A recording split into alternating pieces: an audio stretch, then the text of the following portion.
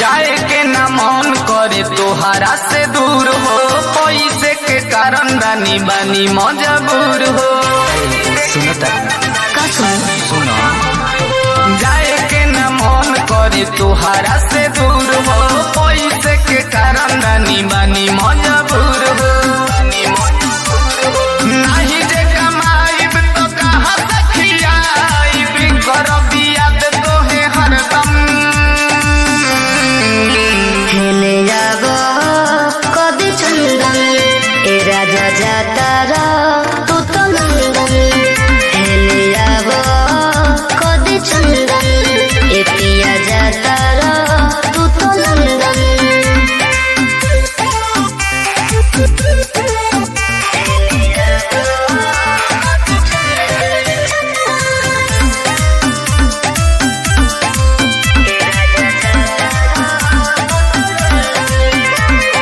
चल जइब बहरा त कति कैसे रतिया, याद आई कई तोहर मीठी मीठी बतिया।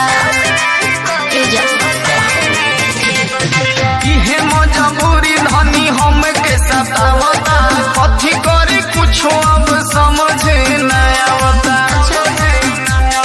बतिया के मानो नहीं जिद तू कर, करब फोन तोहे हरदम।